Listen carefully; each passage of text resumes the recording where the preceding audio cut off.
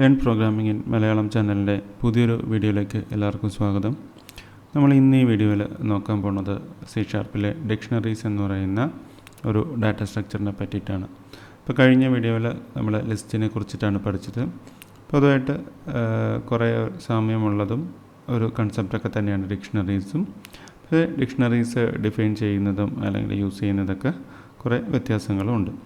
അപ്പോൾ ഇത് നമ്മൾ ബേസിക്കലി പറയുവാണെങ്കിൽ ഡിക്ഷണറീസ് ഒരു കീ വാല്യൂ സിസ്റ്റമാണ്, അല്ലെങ്കിൽ ഒരു കീയും ഒരു വാല്യൂവും ഉള്ള ഒരു ഡാറ്റ സ്ട്രക്ചറാണ് ഡിക്ഷണറീസ് എന്ന് പറയുന്നത്.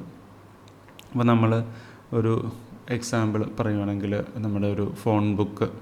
ഇപ്പോൾ ഫോൺ ബുക്കിൽ നമുക്കറിയാം അതിനൊരു പേരുണ്ടായിരിക്കും. അപ്പോൾ ആ പേരിനെ അസോസിയേറ്റ് ചെയ്തിട്ട് അല്ലെങ്കിൽ അതുമായിട്ട് ബന്ധപ്പെട്ടിട്ട് ഒരു ഫോൺ നമ്പറും ഉണ്ടായിരിക്കും.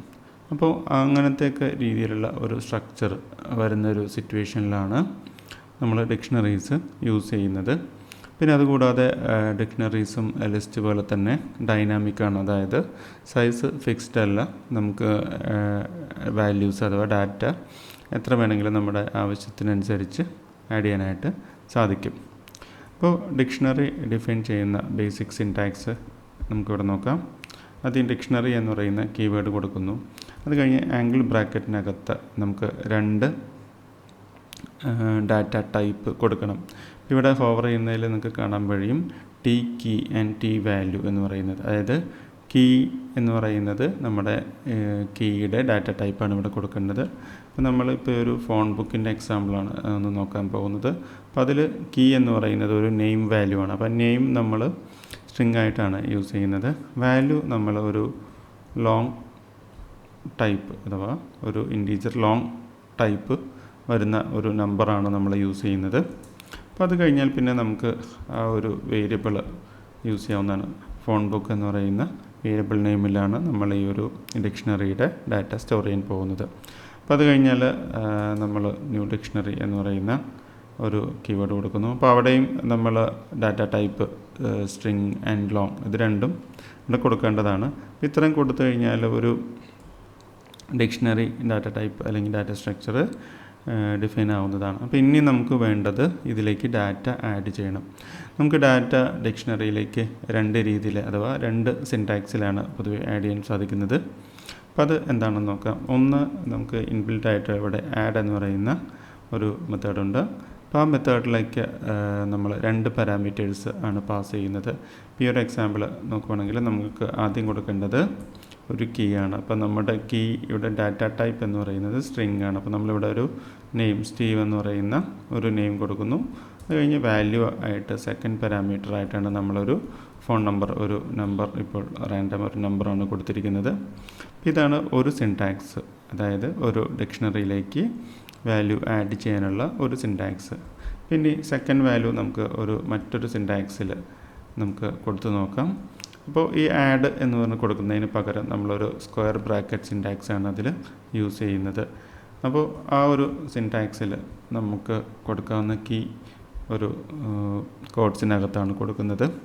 അപ്പോൾ നമ്മളിവിടെ ഫോൺ ബുക്ക് ഓഫ് പോൾ എന്നാണ് ഇതിന് വായിക്കുന്നത്.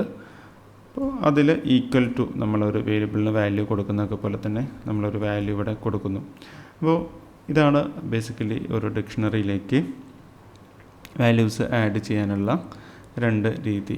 അപ്പോൾ നമുക്ക് ഇനി നോക്കേണ്ടത്, അഥവാ നമുക്ക് ഈ ഒരു വാല്യൂ പ്രിൻറ്റ് ചെയ്യണം. അപ്പോൾ പ്രിൻറ്റ് ചെയ്യാനായിട്ട് നമ്മളൊരു കീ യൂസ് ചെയ്യുന്നതിന് മുമ്പ് നമുക്ക് ഒരു ഫങ്ഷൻ, അതായത് ഈ ഒരു കീ ഒരു ഡിക്ഷണറിയിൽ ഉണ്ടോ ഇല്ലയോ എന്ന് ചെക്ക് ചെയ്യാനായിട്ട് സാധിക്കും.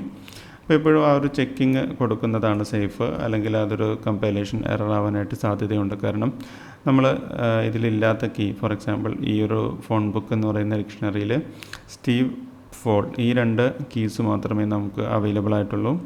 അപ്പോൾ നമ്മൾ ഇല്ലാത്തൊരു കീ, വേറെ എന്തെങ്കിലും ജാക്സൺ അല്ലെങ്കിൽ വേറെ എന്തെങ്കിലും ഒരു പേര് കൊടുത്ത് അതിനെ പ്രിൻറ്റ് ചെയ്യാൻ നോക്കിക്കഴിഞ്ഞാൽ അതൊരു എററായിരിക്കും നമുക്ക് കിട്ടുന്നത്. അപ്പോൾ ഇനി നമുക്ക് നോക്കാവുന്നത് ഈ ഒരു കീ എങ്ങനെ നമുക്ക് ചെക്ക് ചെയ്യാം എന്നുള്ളതാണ്. അപ്പോൾ നമ്മൾ ഫോൺ ബുക്ക് ഡോട്ട് എന്ന് പറഞ്ഞ മറ്റൊരു ഫങ്ഷനാണ് യൂസ് ചെയ്യുന്നത്. അതിൽ നമ്മൾ നോക്കുന്നത് കണ്ടെയ്ൻസ് കീ എന്ന് പറയുന്ന ഒരു ഫങ്ഷനാണ് യൂസ് ചെയ്യുന്നത്. അപ്പോൾ അതിൽ പാസ് ചെയ്ത് കൊടുക്കേണ്ടത്, നമുക്ക് ചെക്ക് ചെയ്യേണ്ട കീയുടെ പേരാണ്. അപ്പോൾ ഈ ഒരു എക്സാമ്പിൾ ആണെങ്കിൽ നമ്മളിവിടെ സ്റ്റീവ് എന്ന് കൊടുക്കുന്നു. അപ്പോൾ സ്റ്റീവ് എന്ന് പറയുന്ന ഒരു കീ നമ്മുടെ ഡിക്ഷണറിയിൽ ഉണ്ടോ ഇല്ലയോ എന്നുള്ള ഒരു ചെക്കിംഗ് ആണ് അവിടെ നടക്കുന്നത്. അപ്പോൾ അതിൻ്റെ അകത്ത് നമുക്ക് ആ ഒരു ബൂളിയൻ കണ്ടീഷൻ ട്രൂ ആവുന്ന സമയത്ത് പ്രിൻ്റ് കൊടുക്കാവുന്നതാണ്. അപ്പോൾ ഈ ഒരു എക്സാമ്പിളാണ് നമുക്ക് ഒരു യൂസറിൻ്റെ നമ്പർ അഥവാ അഡ്രസ് ബുക്കിൽ നമ്പർ പ്രിൻ്റ് ചെയ്യാനായിട്ട് സാധിക്കുന്നതാണ്. അപ്പോൾ അതിൽ നമുക്ക് ഈ ഒരു സിൻടാക്സിൽ ആ വാല്യൂവിനെ ആക്സസ് ചെയ്യാനായിട്ട് സ്ക്വയർ ബ്രാക്കറ്റ് സിൻടാക്സിൽ തന്നെ അത് ആക്സസ് ചെയ്യാനായിട്ട് സാധിക്കുന്നതാണ്. അപ്പോൾ ഇത് നമുക്കൊന്ന് പ്രിൻ്റ് ചെയ്ത് നോക്കാം. അപ്പോൾ ഇത് ഇവിടെ റൺ ചെയ്ത് കഴിഞ്ഞാൽ നിങ്ങൾക്ക് ഇവിടെ ഔട്ട്പുട്ട് കാണാം. സ്റ്റീവ്സ് നമ്പർ ഈസ് എന്ന് പറഞ്ഞ ഒരു നമ്പർ പ്രിൻ്റ് ആയിട്ടുണ്ട്. പിന്നെ ഇതിൽ ശ്രദ്ധിക്കേണ്ട ഒരു കാര്യം എന്ന് പറഞ്ഞാൽ നമ്മുടെ ഈ ഡിക്ഷണറി ഡാറ്റ ടൈപ്പും ഈ system.collections.generic എന്ന് പറയുന്ന ആ ഒരു നെയിം സ്പേസിൽ വരുന്ന ഒരു കാര്യമാണ്. അപ്പോൾ ആ ഒരു കാര്യം ഇമ്പോർട്ട് ചെയ്തിരിക്കണം എന്നെങ്കിൽ മാത്രമേ ഈ ഒരു ഡിക്ഷണറി നമുക്ക് യൂസ് ചെയ്യാനായിട്ട് സാധിക്കുകയുള്ളൂ. അപ്പോൾ കഴിഞ്ഞ വീഡിയോയിൽ ലിസ്റ്റ് യൂസ് ചെയ്യുന്ന സമയത്ത് നമ്മൾ അത് ആഡ് ചെയ്തിരുന്നു. അപ്പോൾ ഇത് കൂടാതെ നമുക്ക് ലിസ്റ്റിലൊക്കെ യൂസ് ചെയ്ത പോലെ തന്നെ എത്ര എലമെൻറ്റ്സ് ഉണ്ടെന്നൊക്കെ നമുക്ക് ചെക്ക് ചെയ്യാനായിട്ട് ഈസി ആയിട്ട് സാധിക്കുന്നതാണ്. അപ്പോൾ അതിന് യൂസ് ചെയ്യുന്ന പ്രോപ്പർട്ടി എന്ന് പറയുന്നത് ഡോട്ട് ലെങ്ത് തന്നെയാണ്. ഫോൺ ബുക്ക് ഡോട്ട് ലെങ്ത്ത് കിട്ടാനായിട്ട് നമ്മൾ യൂസ് ചെയ്യുന്നത് കൗണ്ടാണ്. കൗണ്ട് എന്ന് പറയുന്ന പ്രോപ്പർട്ടി. അപ്പോൾ ആ കൗണ്ട് എന്ന് പറയുന്ന പ്രോപ്പർട്ടി നമുക്ക് ഈ ഒരു ഡിക്ഷണറിയുടെ ലെങ്ത്ത് അഥവാ എത്ര ഐറ്റംസ് ഉണ്ടെന്നുള്ളത് നമുക്ക് കാണിച്ചു തരുന്നതാണ്. അപ്പോൾ ഇതും കൂടി നമുക്കൊന്ന് എക്സിക്യൂട്ട് ചെയ്ത് നോക്കാം. ഇപ്പോൾ ഈ ഒരു എക്സാമ്പിളിൽ നമുക്ക് 2 എന്ന് പറഞ്ഞ് വന്നിട്ടുണ്ട്. അപ്പോൾ ഇതാണ് ഒരു ബേസിക്കലി ഡിക്ഷണറി എന്ന് പറയുന്ന ഡാറ്റ സ്ട്രക്ചർ. ഇതിൽ ശ്രദ്ധിക്കേണ്ട 1-2 കാര്യങ്ങൾ അല്ലെങ്കിൽ 1-2 പോയിൻറ്റ്സ് ഉണ്ട്. എന്താണെന്ന് വെച്ചാൽ കീ എന്ന് പറയുന്ന വാല്യൂ എപ്പോഴും യുണീക്കായിരിക്കും. നമുക്കൊരിക്കലും സ്റ്റീവ് എന്ന് പറയുന്ന കീ രണ്ടാമത് വീണ്ടും കൊടുക്കാനായിട്ട് പാടില്ല. അതാണ് ഇതിൽ ശ്രദ്ധിക്കേണ്ട ഒരു പ്രധാനപ്പെട്ട കാര്യം. പിന്നെ മറ്റൊരു കാര്യം എന്ന് പറഞ്ഞത് കീയുടെ വാല്യൂ ഒരിക്കലും നൾ ആവാനായിട്ട് സാധിക്കില്ല. നൾ വാല്യൂസ് കീ ആയിട്ട് നമുക്ക് കൊടുക്കാൻ കഴിയില്ല. വാല്യൂസ് നൾ അലൗഡ് ആണ്. നൾ കൊടുക്കാനുള്ള ഓപ്ഷൻസ് നമ്മൾ എനേബിൾ ചെയ്തിട്ടുണ്ടെങ്കിൽ നമുക്ക് നൾ കൊടുക്കാവുന്നതാണ്. പിന്നെ അതുപോലെ തന്നെ ഇപ്പോൾ ഈ ഒരു എക്സാമ്പിൾ നോക്കുകയാണെങ്കിൽ കീയുടെ ഡാറ്റ ടൈപ്പ് എന്ന് പറയുന്നത് സ്ട്രിങ് ആണ്. വാല്യൂവിൻ്റെ ഡാറ്റ ടൈപ്പ് എന്ന് പറയുന്നത് ലോങ് ഇൻറ്റീജർ ആണ്.